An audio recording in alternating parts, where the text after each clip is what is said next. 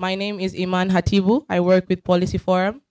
I'm not going to be facilitating today. I'm just doing an opening because it's been so long since I saw familiar faces that we're used to seeing at British Council, but I've also seen new faces. For those who have just joined us, Karibuni, and thank you for honoring us. I would like to welcome Owen Nelson from ANSAF. He's going to be our facilitator for today because he's conversant on the topic. He's conversant on climate change. ANSAF does a lot on climate change and environment and agriculture. So he is going to take us through. Karibu sana Nelson, Owen, you should come close to me here. So yes, and Owen is going to welcome our presenter for the day and the discussant. Karibu, Owen.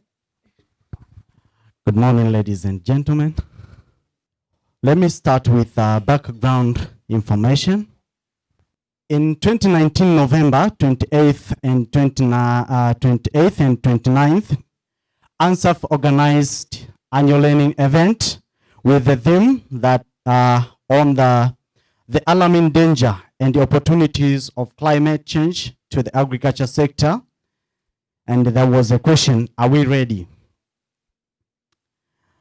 In this meeting, we're honored with the presence of the Minister in Vice President Office, Environment and Union Affairs.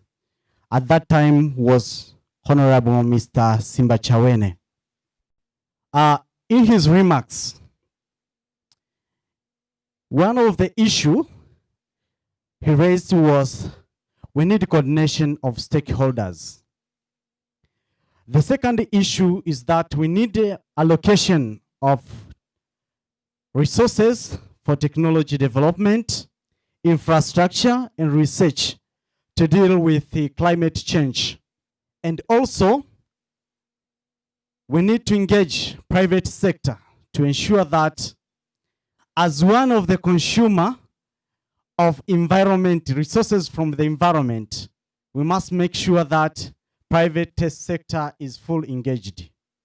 Another issue he raised was we need also to strengthen fundraising for climate and environmental initiatives. And we also need to enhance intensification of agriculture to ensure that it is climate smart, to ensure that our farming bring out intended result without distracting the environment. Now, as all of us, we are aware that climate change is a global issue. It's not Tanzania alone. But let me bring to you this attention that Tanzania ranked 26th among countries vulnerable to climate change. And the impact of climate change are seen in food security. It can be not throughout the country, but nearby countries. But it can be one district, one region, or a zone.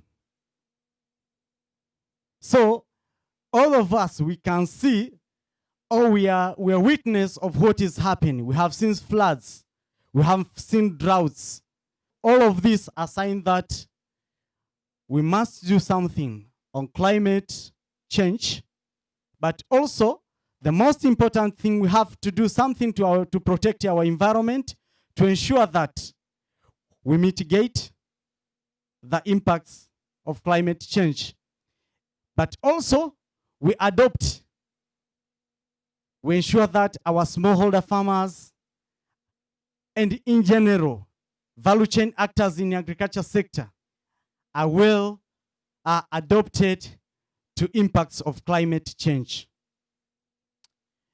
In this meeting, when we met with the Honorable Simbachawene, stakeholders also emphasized the need of coordination, but also the need of capacity building and awareness creation, because there's information gaps among stakeholders, but also we need to raise awareness to value chain actors in agriculture, But also, we need to raise awareness on laws and the regulation and the policies. Stakeholders have to be aware of the policies around the environment and the climate changes. But also, as stakeholders, we have to collaborate with the government because we are contributing to the work which is done by the government to ensure that we attain sustainable development of our country. So, financing, as stakeholders, we have to think and to contribute on fundraising to ensure that there's a fund for environment and the climate change initiatives, to develop technology, to facilitate innovations, to build the capacity, and also to create awareness. All of these need resources. We need raw material to facilitate or to make sure that we attain that goal. And most of raw materials are coming from agriculture sector. Yes, there's other sectors of the economy, but one of the big role of agriculture sector in industrialization is to provide raw material. And we see that one of the sector which is vulnerable to climate change is the agriculture sector. So we must ensure that our producers are well equipped with technology to cope with climate change, but also to make sure that how they are working, how they do their agriculture, their agricultural practices is sustainable enough and protect the environment for further degradation. Having said so, this is a background from where we started as ANSAF to engage with the Vice President Office in ensuring that there is sustainable funding of climate, environment, and climate change initiatives. In April, we had an opportunity to meet with current Minister in Vice President Office responsible for environment and union affairs, Honorable Zungu. In our discussion with the team from the Vice President, Division of Environment, one of the issues came out that we have National Environment Trust Fund, which is mandated to facilitate or to finance environment and the climate initiatives. However, since it was established in 2004, it has not been in full operation. And in our discussion, we realized that it has not been in operation, fully operation, because of the lack of sustainable revenue sources. So we agreed that we have to collaborate to do a study to identify sustainable revenue sources for climate and environmental initiatives through National Environment Trust Fund. So we engaged the expert, Mr. Abdallah Henk, who has experience to work with ANSAF and the Vice President Office and other stakeholders to collect different information and to consolidate and make a report, which today we are going to hear the brief about what was the findings. But also in June this year, we had also an opportunity to present these findings, the findings of this study, to the minister responsible for environment. And one of his, he appreciated the work with his team, but also he called for more engagement of stakeholders. And that's why we're here today, to discuss the options the issues raised in the study we conducted. I would like to welcome Mr. Abdallah Henk to take us through the study. And also, I would like to welcome all of you to contribute, to give comments, to provide inputs. And we have to note that environment and climate change is not one-man fight. All of us, we must join the hand with the government to ensure that we mitigate and we adopt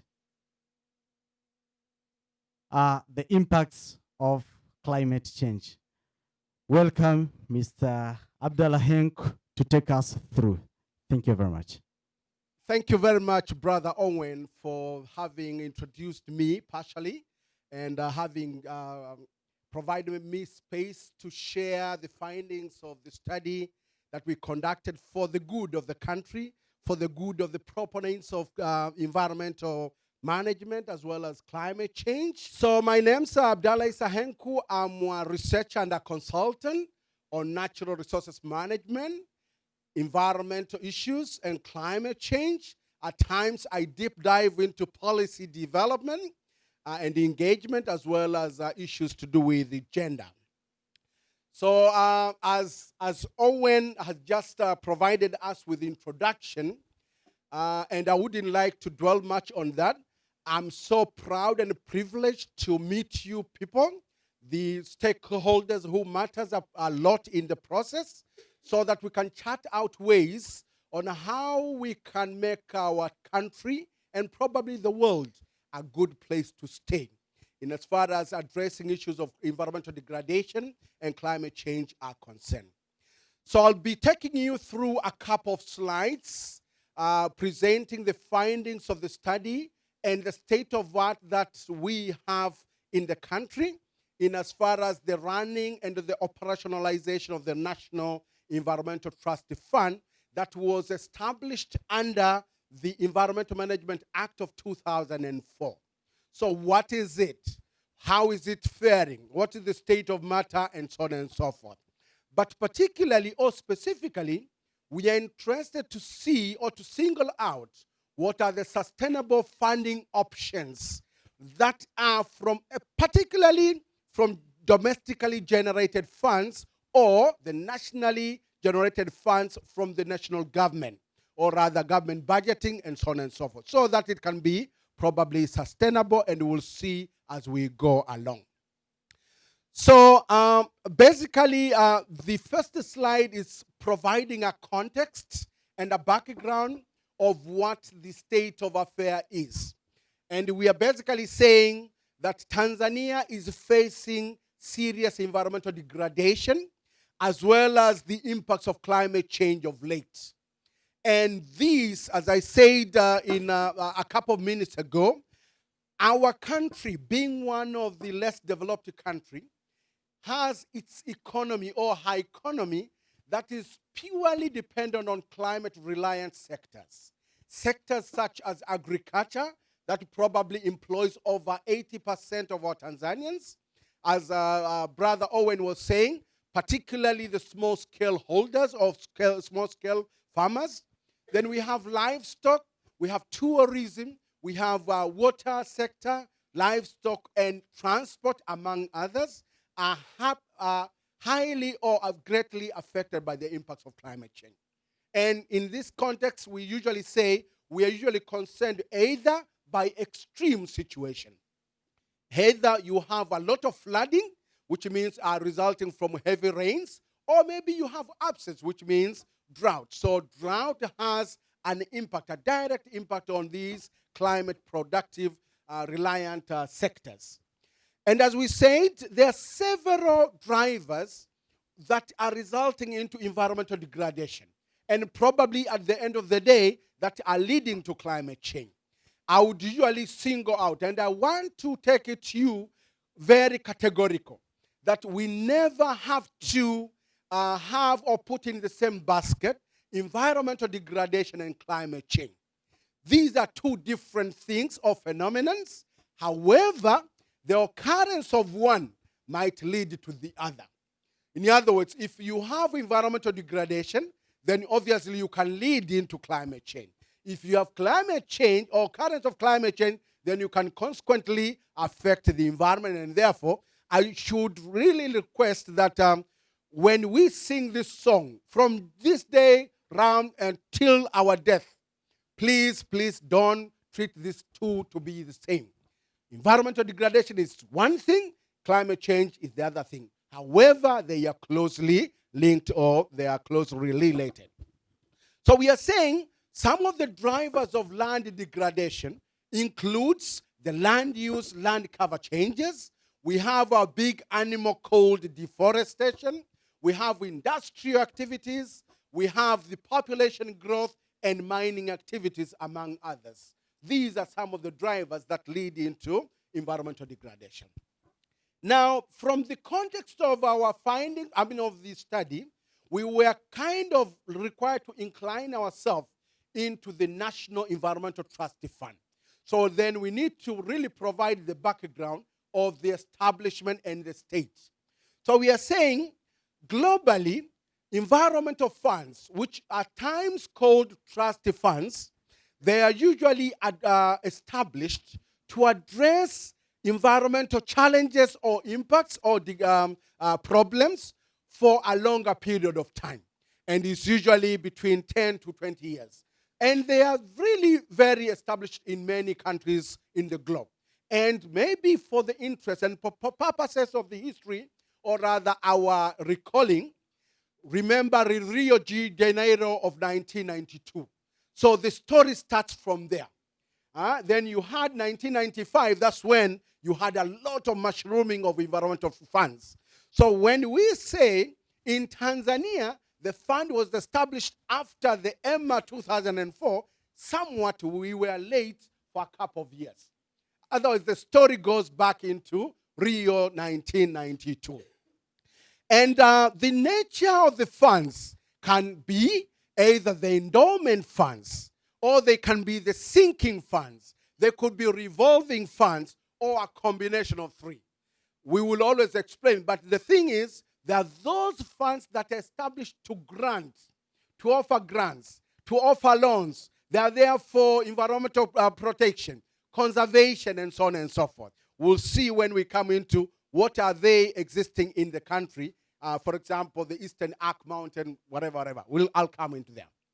So as I said earlier, EMA 2004 under Section 213 Part 1 provides a legal basis for the establishment of the National Environmental Fund. And when we read through the EMA 2004, Cap 194, this cap mandates the country to run, or rather to operationalize, issues related to climate change. However, you may bear me witness, given different priorities of the country, I'm not there as their advocate, but given several probably priorities, and in as far as the guidelines of the budgeting and planning, usually environmental issues or climate change are given a lesser weight in terms of the importance. As such, you might have things established, but they are not operational. So why are they not operational? What is it the challenge? Who are the stakeholders around that? What can we do? How should we advocate? This is the reason as to why we are here.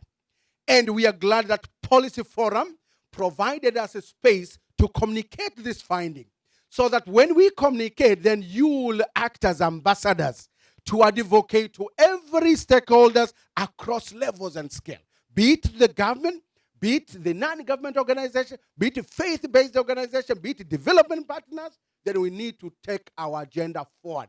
How do we take it without basis? We need to have always research-based, or rather evidence-backed decisions or justification.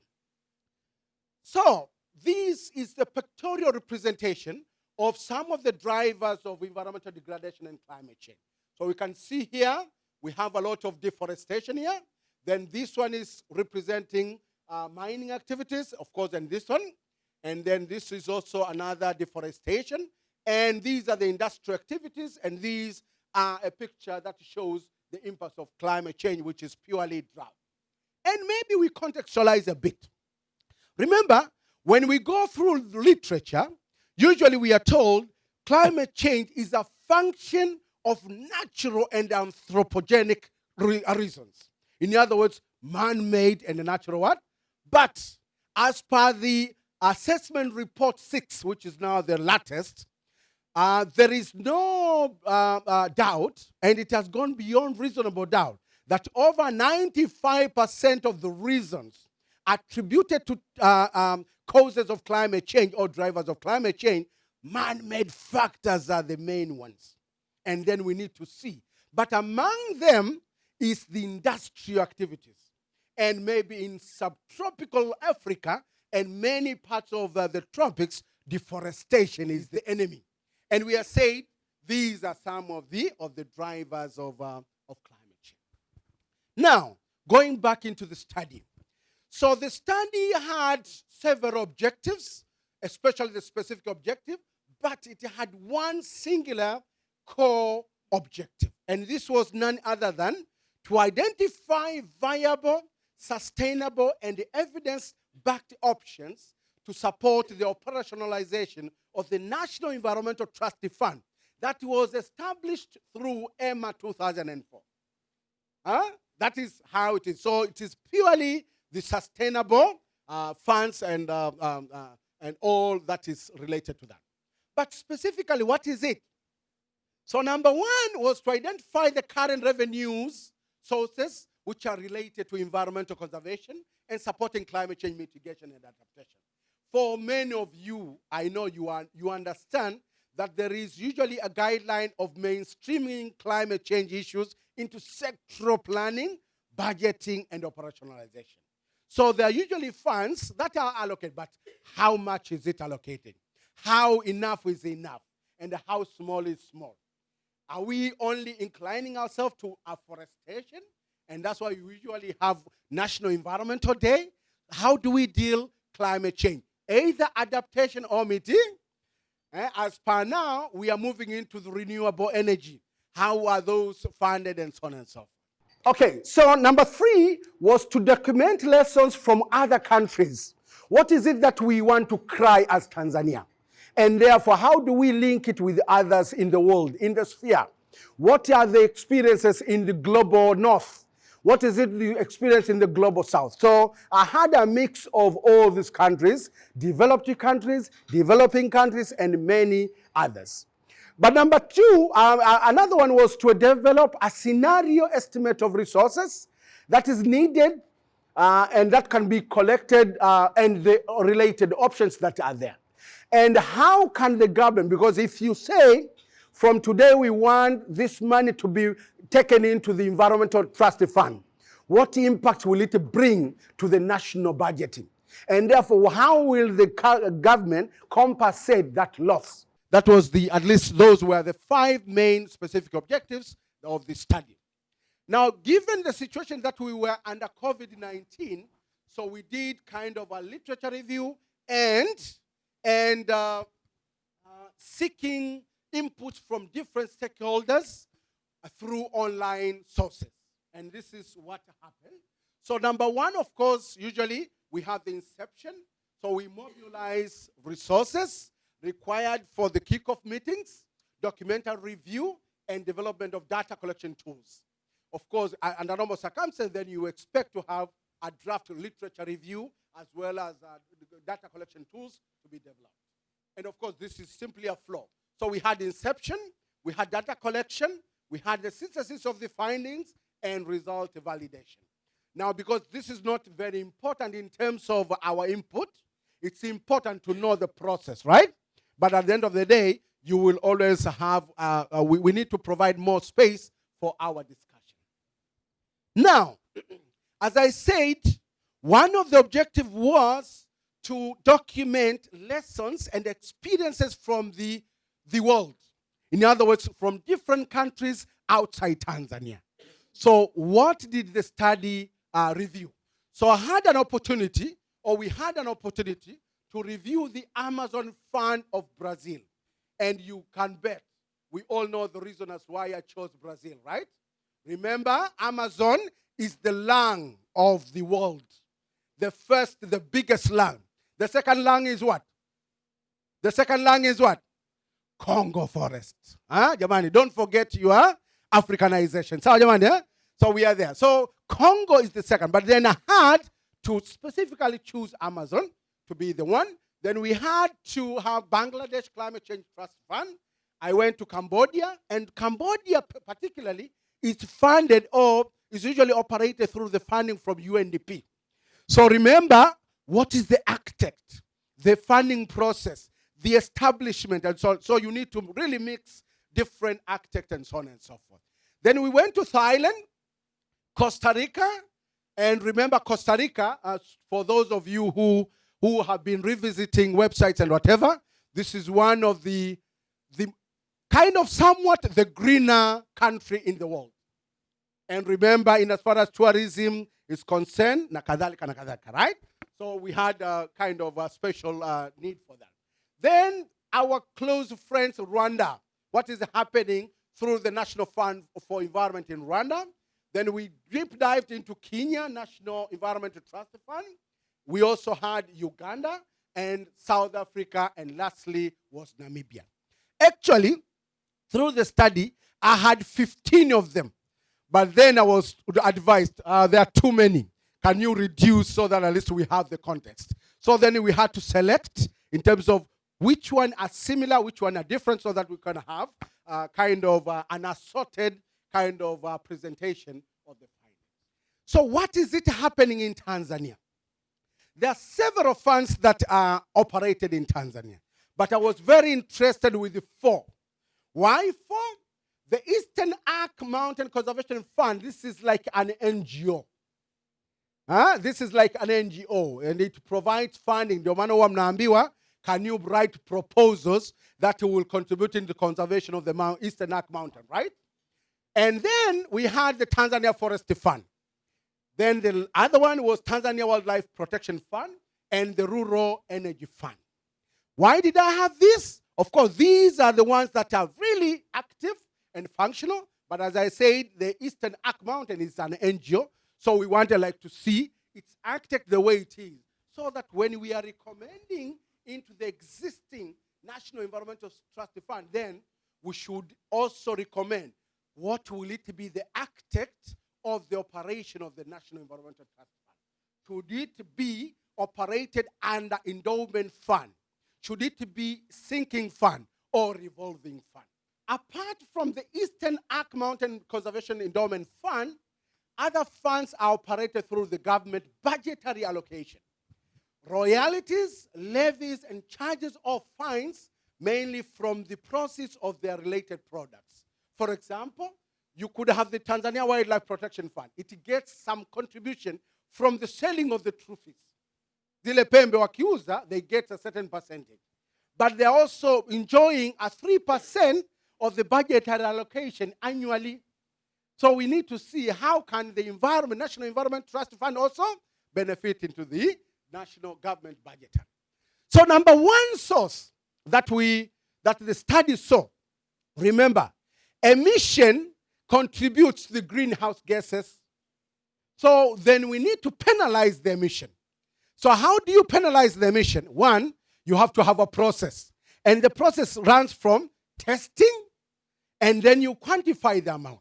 So now, when you are testing, then you have to have the vessels charged like a registration fee. And then the amount of charge will be determined depending on the volume, or rather the nature of the vehicles or the vessels that are there.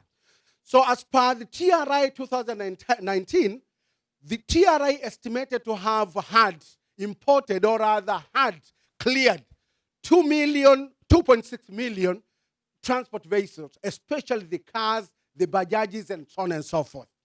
Now, because they are all going to emit, regardless of whether they are new or they are used, whether they are second-hand or they are new, right? They are all going to emit.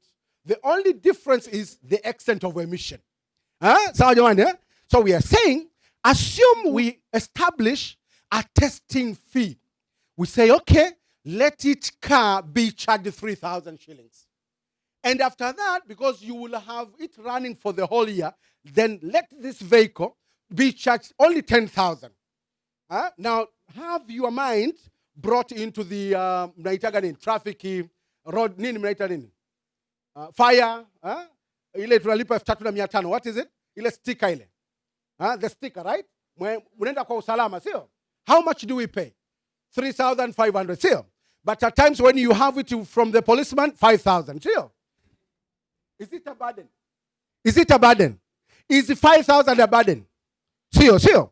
Now, if we have our moral obligation and we see the beauty and the contribution of the ecosystem resulting from the effective environmental management, it means we will be curing our country, curing our world, and therefore managing our environment. So we are saying, we are proposing, therefore, to have 3,000 charged for the registration form, and then 10,000 for the emission to any of the vehicle.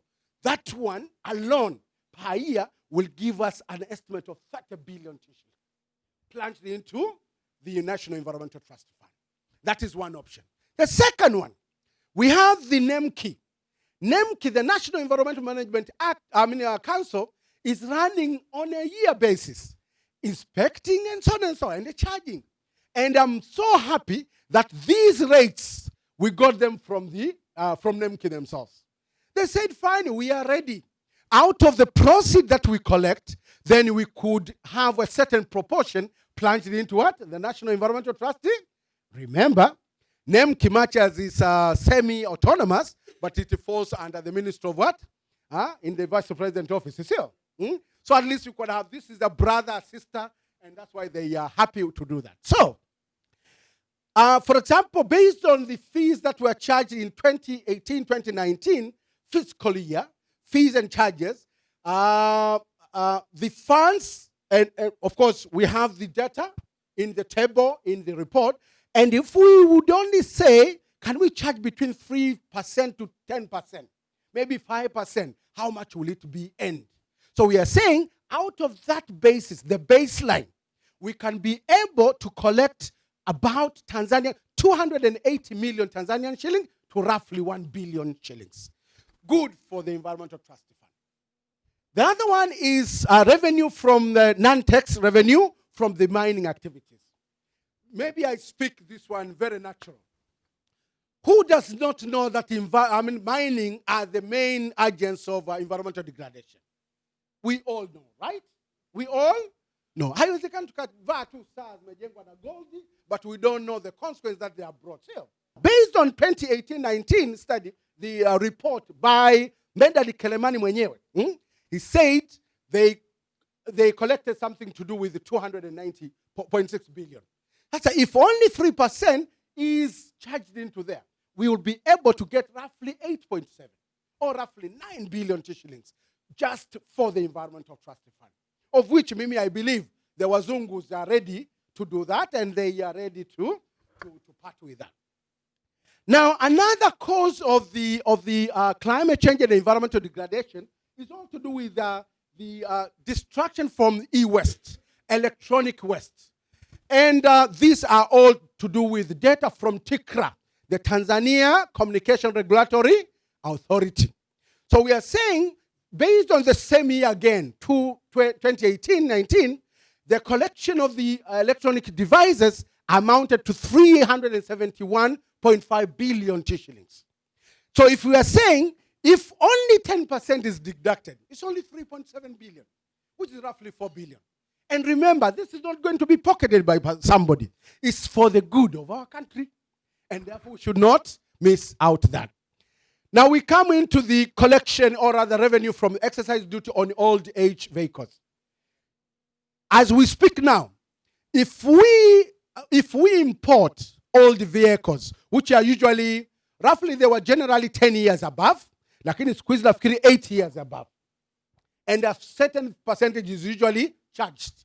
And we are saying, as per TRI, this 2015-16 to 2018-19, they imported 167,268 vehicles. And this one amounted to nearly 410 billion T shillings as the fee collected as the importation duty. So we are saying if any amount of percentage is levied into that, 3, 5, or 10% is deducted from the collection, then we will be able to get roughly 3 to 11 billion annually. Those are the sources of funding that are available in the country, and we cannot be able to blame to the developed countries and so on and so forth. Now, tourism and hospitality. Maybe for your information, some of you who might have either skipped during the reading, every tourist who jets in the country, the accommodation, when he sleeps per night, is usually charged a certain fee. And it's usually $1.5 per night, per bed. Per night bar. And our interest is not they are sleeping. And who are they sleeping with? The interest is the footprint. Whoever comes will use our resources, will use the ecosystem, will use whatever, which means it's going to amount into certain carbon footprint. Now, my suggestion would be, if assume we would only add 0.5 of a dollar, half a dollar, to this Muzungu or to these non-Tanzanians, here, there is a certain amount of money that is going to be there. When the permanent secretary, Professor Mkenda, was issuing this statement in 2018, that was 18, he claimed that there was an increase of 200,000 tourists. Kutoka 1.3 million to 1.5 million. In other words, if the same rate was to be taken, if this was to be taken as a baseline, then if we charge only 0.5%, we would be able to get 2.1 billion. Just as a carbon print for someone sleeping. And remember, I only took an average of like 3 to 5 days. Assume they sleep for 2 weeks, how much will it be? So if we have institutions and the systems that are effective in as far as collection, then we can surpass this amount and we can be very able to run or operationalize our environmental trust fund. Drinks from plastic bottles. Much as the government has taken an initiative to ban the plastic bottles, currently there are 72 manufacturers who can always, and they could usually bring amount of 648,000 bottles per year. So this one, if they are charged per only half a shilling, then we can be able to get 324 million annually. That can be plunged into the environmental trust fund. Airport charges. My good brother Ford from Zambia, he bears me witness in South Africa. When you jet in, there is a fee that is usually what? Levied there. And you know what? Through the travel agents. In Akatwa Kule is for what? Environmental protection. And this one would usually bring, if we are saying the Wazungus or the non-Tanzanians is only $5, and then our Tanzanians is only $5,000, shillings, then we can be able to get between 15.2 to 27 billion shillings for the good of the environmental trust fund. So this table now presents to you a summary of what can be collected in 5 years if we are to institute that. And these amount, because of the interest of time, you will always have this presentation. This is the amount, 577.5 billion shillings that can be collected for 5 years. So if we are to decide to have endowment and a sinking fund, we can have this one plugged into NBC or CRDB. Then we give them, maybe give us only 2 years or 3 years. The interest rate is going to be used in what? In the environmental protection and management as well as climate change.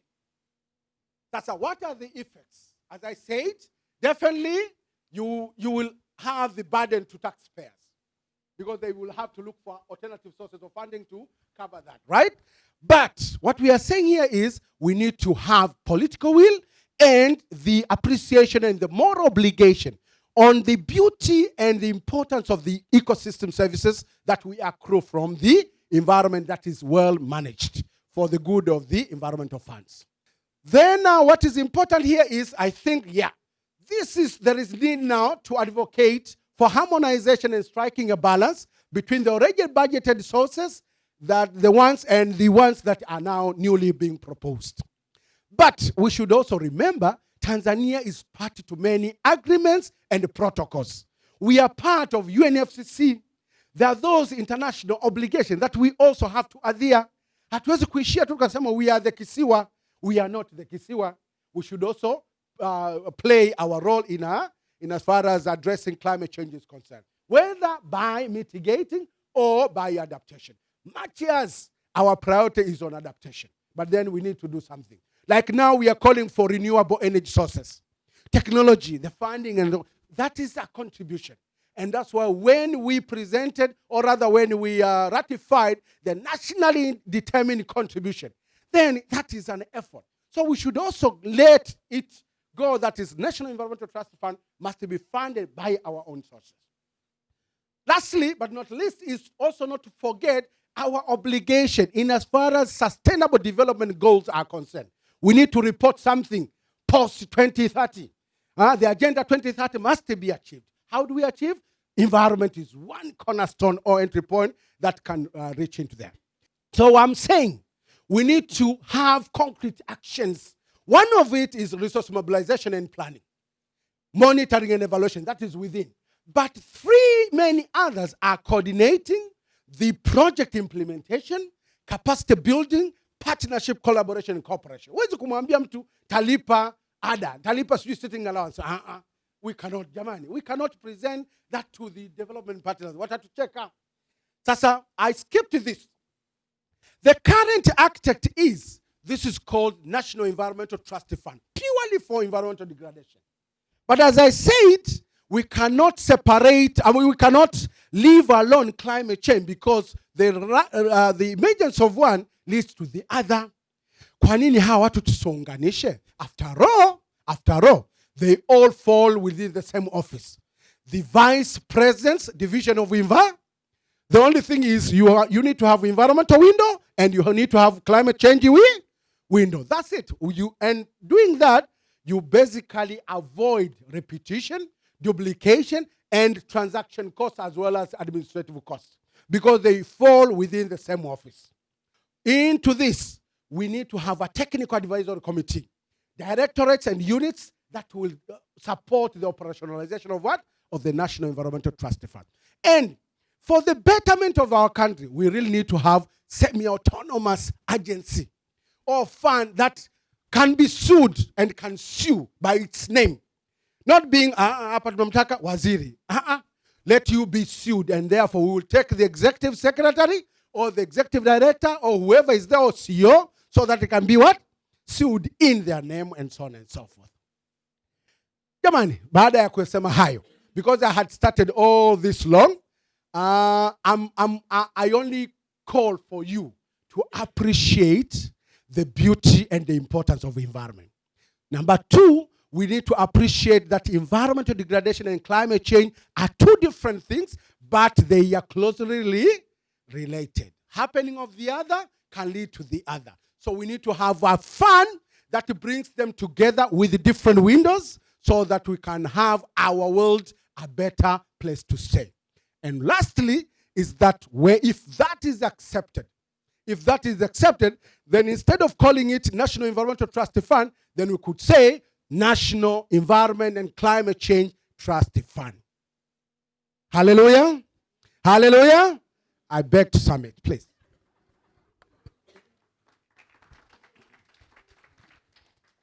Well, thank you. That was lovely, right? He burned some energy, but he didn't destroy the environment. I would like to welcome Fazal Issa Abdul. He is the Executive Director of Sokoine Foundation. He's going to give us an overview of what he thinks. I know Fazal, he's been indulging a lot on climate change. I've been with him in a couple of conference of parties, so he has experience on this field. Yes, good morning, colleagues. My name is Fazal Issa. I work with Sokoine Memorial Foundation, but I'm also the EU consultant on communication and dissemination.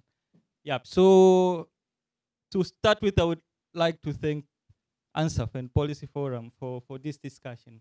We need to recognize that climate change and environment is not given a priority. So I like the part that you started, we need political will on this. We cannot mobilize fund for a sector that we are not identify as a priority. So I'll go with the flow of the presentation. So I'll start with the objective. I know the focus was based on domestic mobilization, and it's the number of good sources that were proposed. But also the study could also focus on external sources, which are way more than what we can mobilize. So one of the areas is the Green Climate Fund, and we have a number of institutions that have been accredited or are in the process of being accredited. CRDB, as part of the private sector, is accredited already as part of the national implementing entities. And the President's Office, Regional Expression and Local Government, is in the process of being accredited. And they can access up to 250 million US dollars as part of the project. So these are large amount. But there are other sources like Adaptation Fund, Least Developed Countries Fund, and this can be linked with the fund. And one of the areas that the study could also look at is how do we link these national implementing entities with the fund? Are they, like the private sector, are they going in a different direction with what the priority of the fund are or not? How do we bring in private sector and bilateral sources? I mentioned earlier also working with the European Union, and they're providing some of the main source of climate change through the Global Climate Change Alliance, and it's more than 300 million that could also be considered as funding for this Environment Trust Fund. So going back to the presentation, you mentioned a number of examples. Maybe it's because of just a limited time for presentation, but it could also be important to learn from such fund. How do they mobilize resource in their countries? We have two nations that are part of the East Africa community, Kenya and Rwanda. So we could maybe hear more on how are they doing as a fund and how do they mobilize resource so that we can learn out of what we want to do. We'll need to explain more on mechanism on how do we calculate the emission for different kind of vehicles. And you also explain, is it a one-off fee or is it annually that we charge? As part of the NEM source, it's good that they confirm they are willing to do this, and I was just concerned in terms of they don't have that much of the budget, and then maybe taking off 10% of what they collect may affect the operation, which result to affecting the source of revenue for this fund. On old age vehicle, we mentioned about charging on emission and now old age vehicle. Maybe this could send a rogue signal in terms of we are double taxing this kind of source. So maybe we pick one of the two. The emission part with a good mechanism for the rate of emission.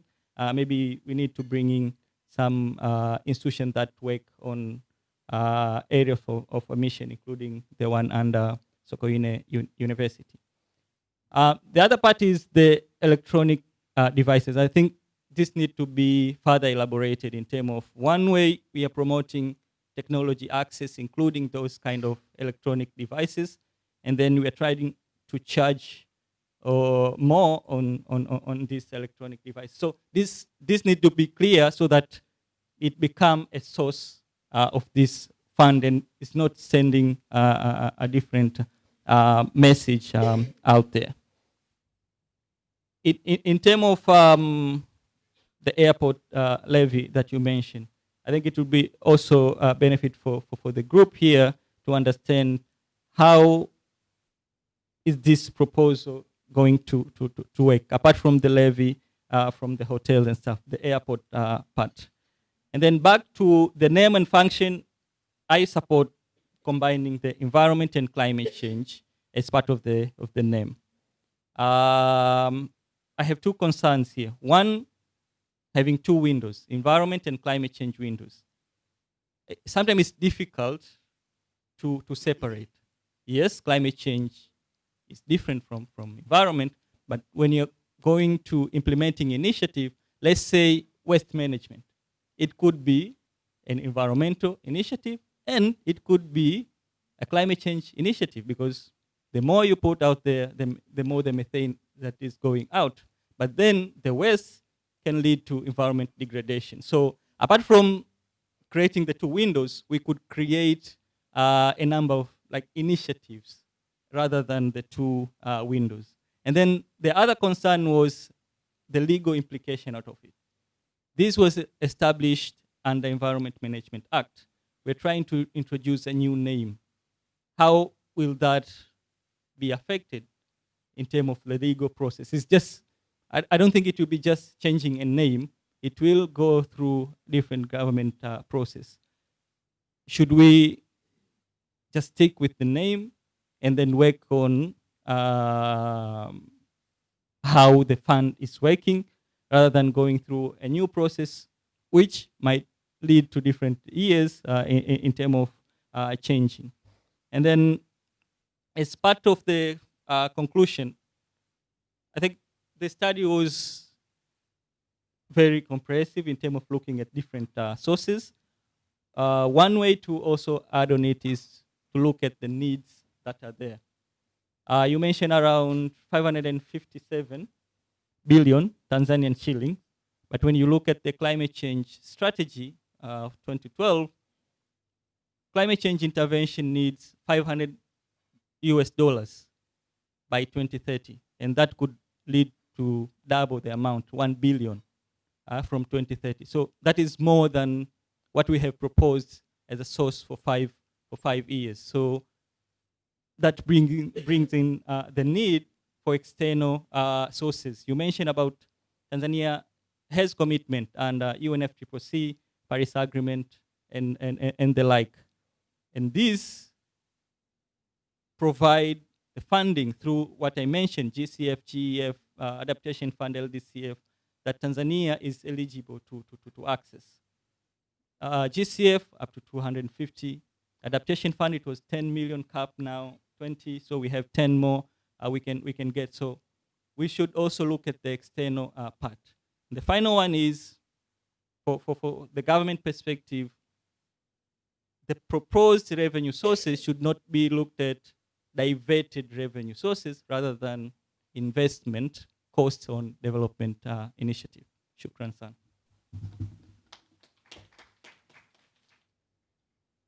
Well, Asante Sana Fadal, he's posed rather relevant questions on the study, on taxing the citizens more than once from the small charges.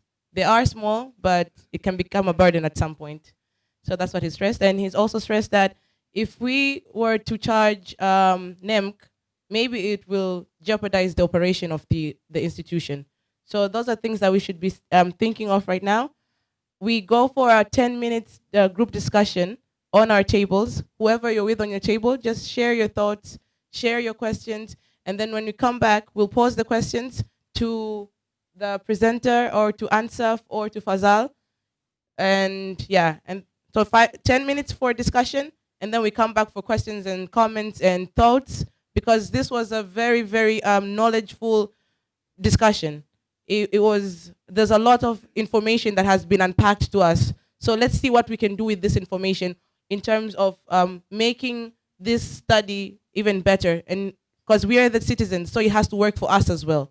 As much as it has to work for the government, it has to work for us as well, okay?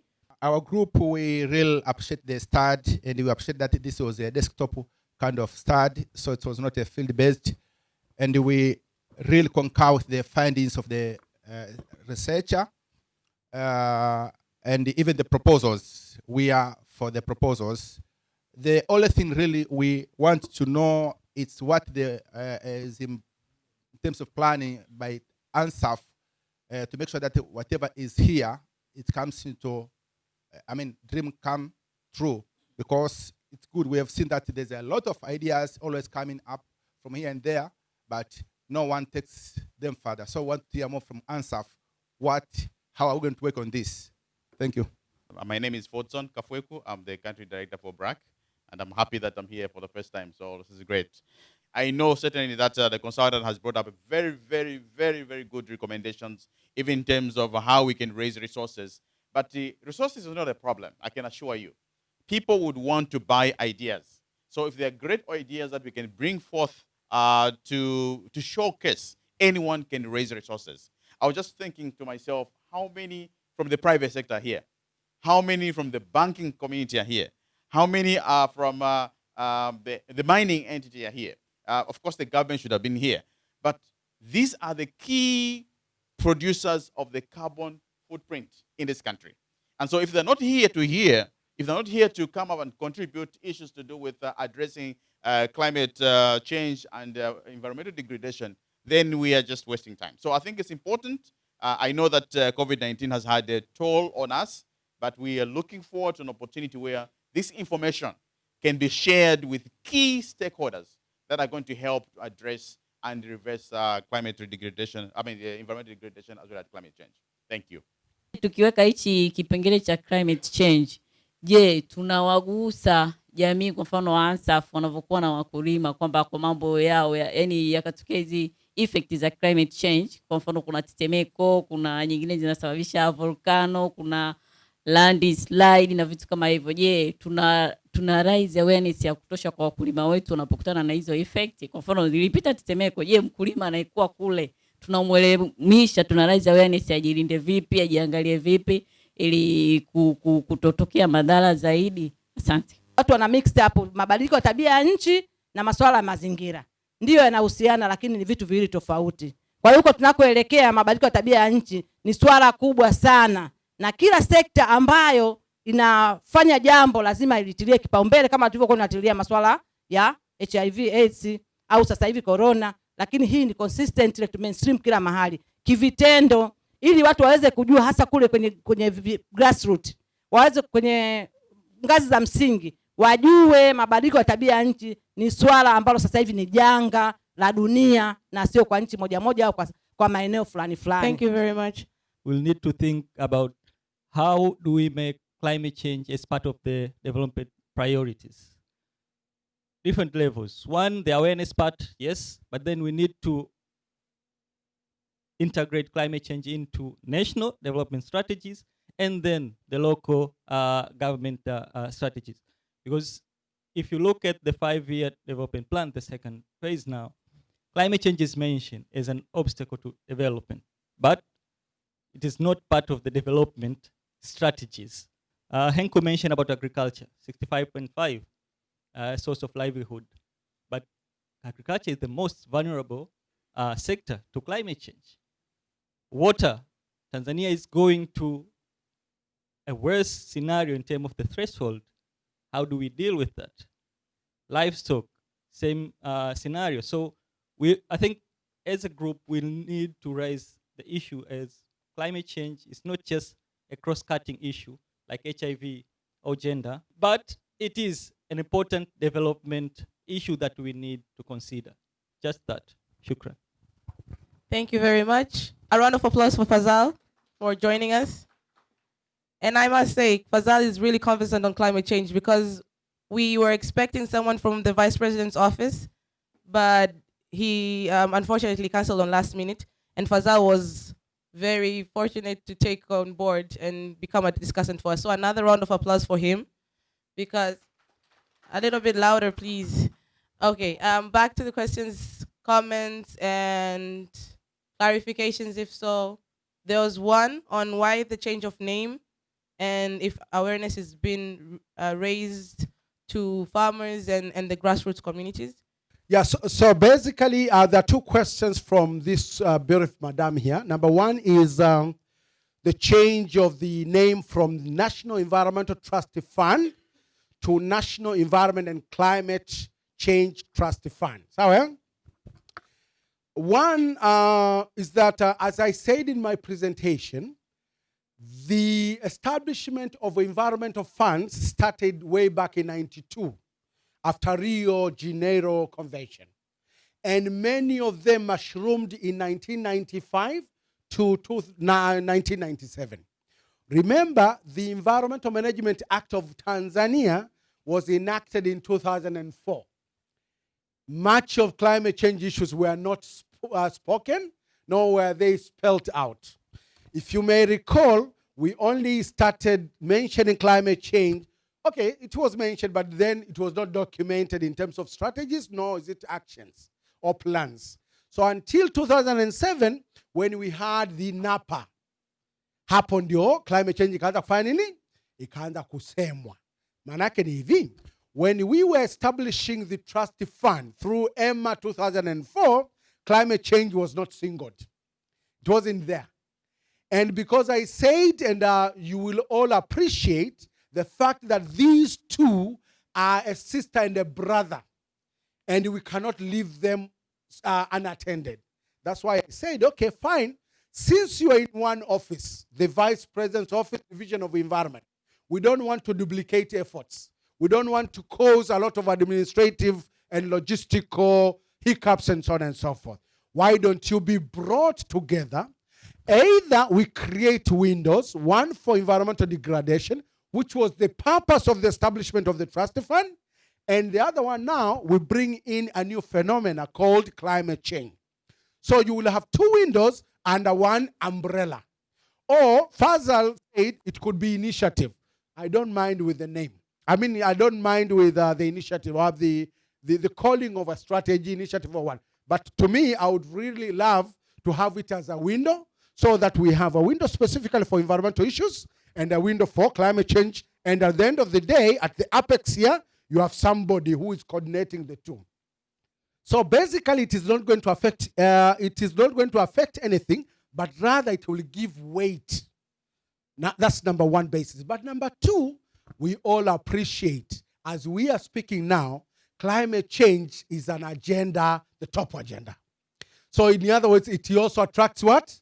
Funding from donor sources, multilateral or bilateral. So when you have that, and we are seen to be contributing toward the global efforts of adaptation and mitigation to the challenges posed by climate change, then it will signal something strong to different actors and stakeholders across levels and scale. Number two, it was to do with how do we, the advocacy, how do we communicate, how do we do, especially with the smallholder farmers. Climate change, as Fazal has just touched, we really need to take this as a top agenda across levels and scale. So with giving it a weight under the VPO, under the fund, it means we're going to have funds that are trickling down from top to the grassroots, which are going to address, among other issues or challenges posed by climate change, of which smallholder farmers, livestock keepers, fishery communities, and so on and so forth will be taken into an agenda. I hope that was that, madam. I was just thinking as he was presenting, at the local government level, they have these on-source revenue, and they have their bylaws and everything that guides their operations at the LGAs. And when they are reviewing their bylaws and all the guidance, they are usually the elements of revenue sources like the levies and fee bylaw. In the levy and fee bylaw, you can find a lot of fees there, including those impact the environment. So I was just thinking, if all of us, when we revise any bylaw, act, policy, we can see how does it impact the environment. That is one. And the second thing is that wherever sources of, that is going to impact the environment should be channeled not only on the specific bylaw or act, but also the related ones. So that collectively, we can boost up this, whatever trust fund we are trying to. So you can just see how feasible is that.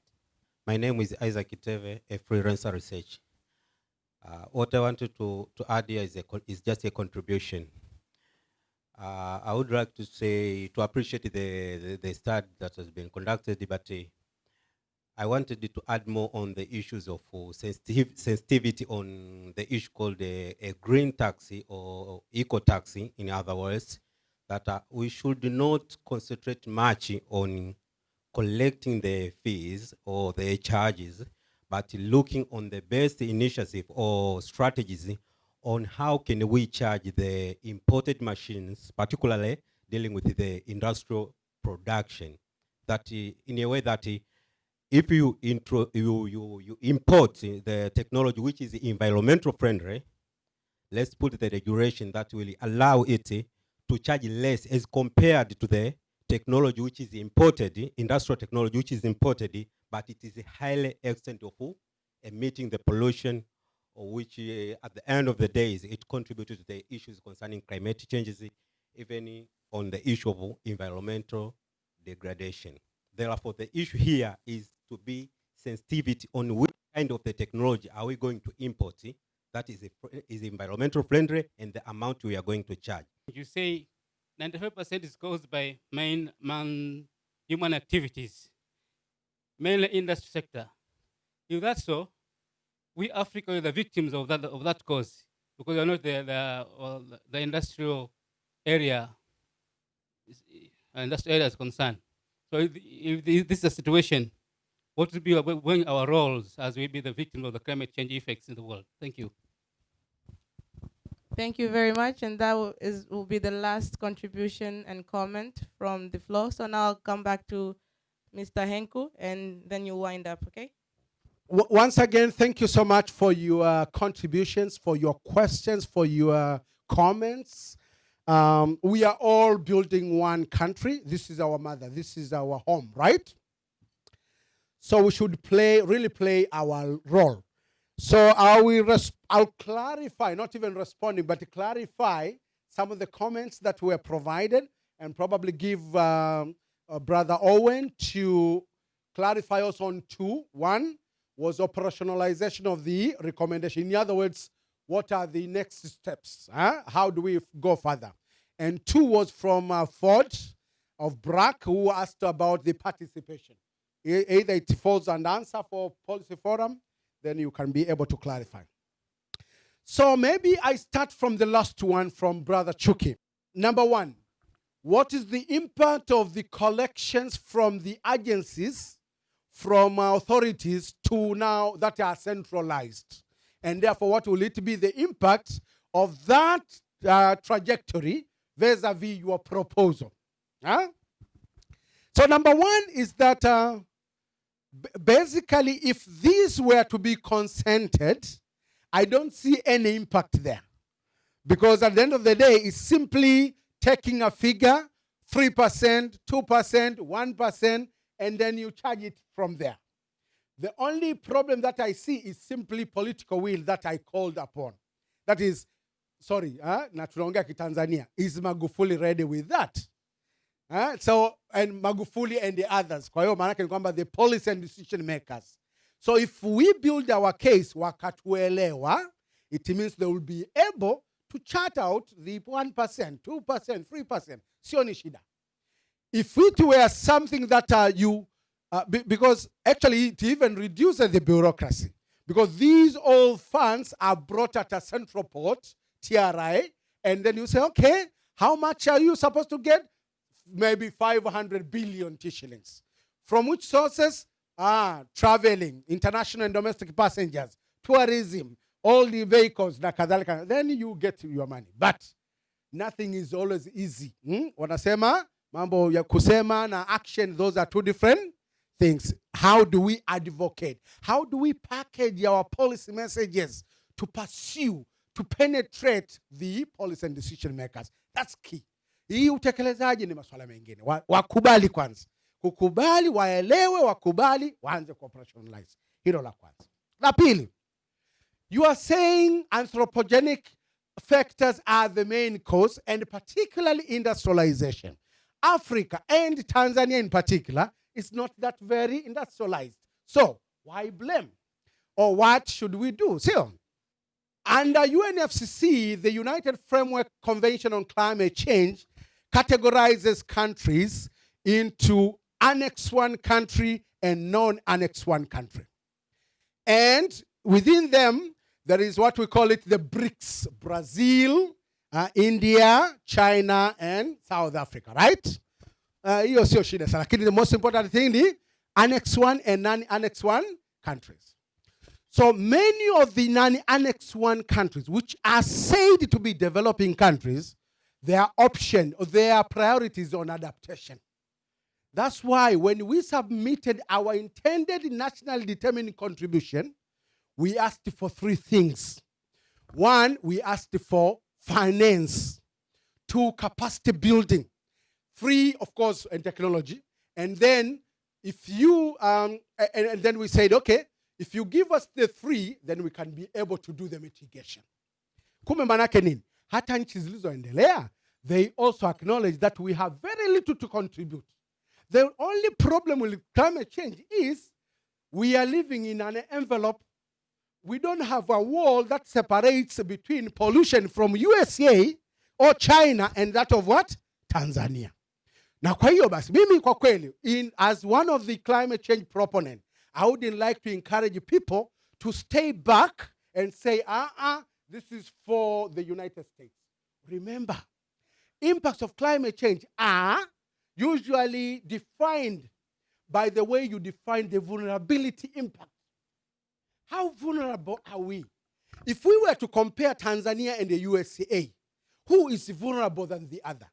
Na tukasema tu tusipande miti kwa sababu sisi sio chanzo, hapo tutajidanganya. Kumbe vinachokiomba, we can party well with them in terms of partner well with them in terms of how initiatives can be implemented, but we can only ask for their help in terms of technology, in terms of finance, in terms of capacity building. Wakifanya hayo tutaendelea mbele. In the interest of time, mengine unaweza kuwa naongelea as we go along. I come back to the technology issue. 1, I consent and I agree with you, sir. And that's why we have different technologies that are imported that if they are environmentally friendly, they usually charge less or not charged at all. Kwa mfano, whoever is within the solar industry, there is 0 tax kwenye solar, sio? Kwa sababu gani? Renewable energy. Kwa hiyo ni mambo yanaweza kufanyika na teknolojia, yani nachosema, we as policy, should I say advocates, let's package our messages such that they are appetizing. They are romantic. They are romantic to policy and decision making that we can reach here by doing 1, 2, 3, 4, na kadhalika, na kadhalika. Mwisho, LGA. It's true, madam.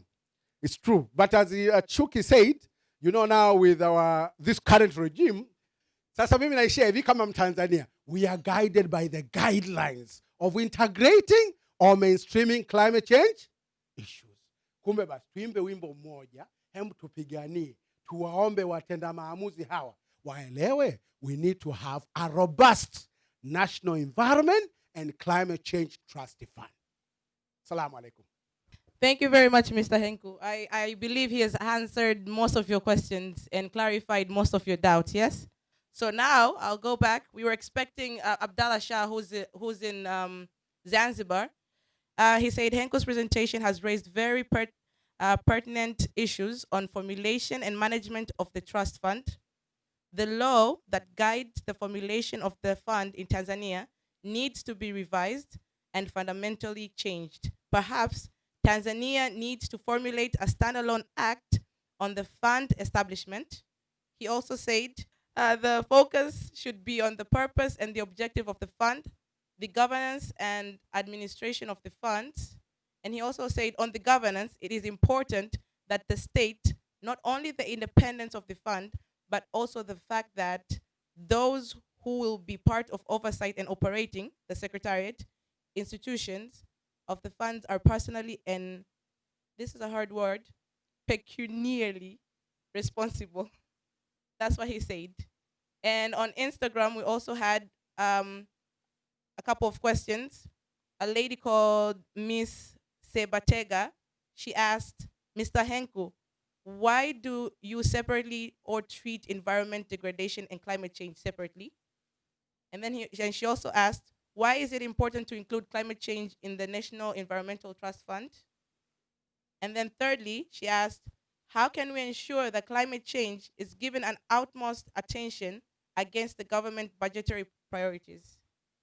So we had engagement, although we don't see people here, but people have been engaging on our social media platforms, and they've been very active. And I know we have a couple of photos and we've been tweeting. We have a hashtag called hashtag Policy Forum Breakfast Debate. We use it on all of our social media. So if ever you attend this kind of session again, the hashtag is hashtag Policy Forum Breakfast Debate, and you'll find all the information on this event and previous events as well. Okay? I hope I answered your question. Now, Mr. Henko, you have a couple of questions, and I'm going to give you back your microphone, and then we're going to wind up. And How now do we make the policy and decision makers give it an utmost attention, or rather priority? Environment is life. That is our living. That is our source of living. Remember, Tanzania, for example, we said most of our productive economic sectors are climate reliant. As such, if we don't do anything on climate change, then we will have our productive sectors dwindling, if not underperforming. As such, if we give it an upper hand, if we advocate for the policy and decision makers to appreciate the impacts, then they can always have it given a priority and maybe allocated for enough budget for us to survive, our ecosystems, our elements that forms the ecosystem to survive. The only thing that I only cry and call for is for us advocates. How do we package the information to sweeten all the romantic messages that can make a policy and decision makers to treat environment and climate change as dear phenomenon for the good of our country, for the good of the world. Asanteni sana. I'm sure that the government is full engaged and will also take this the recommendation, though it might be not 100%, but whatever percentage will be taken by government, there are a lot of considerations, because you can see the issues raised. One of the comment about the burden to taxpayer. Also, government has a lot of priorities, so we have to consider all of this as we advocate for the government to take up the recommendations. So thank you very much. a round of applause for him. So apart from having live discussions here and on our social media, as you can see, we have a team of media people who are documenting this. So we're going to have another video after, which is going to be posted on our YouTube channel. So please go on the Policy Forum YouTube channel. It's Policy Forum 1, and then you'll find videos of the previous debates and this one after it's done with the production. On behalf of Policy Forum, I would like to thank you very much for honoring us. I'd like to thank ANSAF for taking up the space to provide this knowledgeful, mind-blowing information to the people. Perhaps you came here not knowing what you know now, but I believe that we will not sit on the knowledge that we got here. We will go out and preach, because we shouldn't be conference hoppers and surfers only. We should go and preach the knowledge that we have and engage. ANSAF has this study, and I believe it's on their website. He has already mentioned that you go on Google and just write ANSAF, and you'll find ANSAF, and you'll find the study, and you can go through it and share it with people, okay? On behalf of Policy Forum, once again, I'd like to thank you very much. Thank the people who are watching us, wherever they are, at home, be it at work. Thank you very much for participating. Thank you, Abdallah Shah, as well, for taking part. I know you couldn't be here, but your presence was felt. So thank you very much, and please do join on the next one. This is the beginning of our year after COVID, let's call it that. Yeah. Yeah, because this is the first one, but the turnout wasn't that bad, you know? Yeah. So a round of applause for yourselves. No, louder, man, louder. Yeah. Okay, asanteni sana and karibuni September.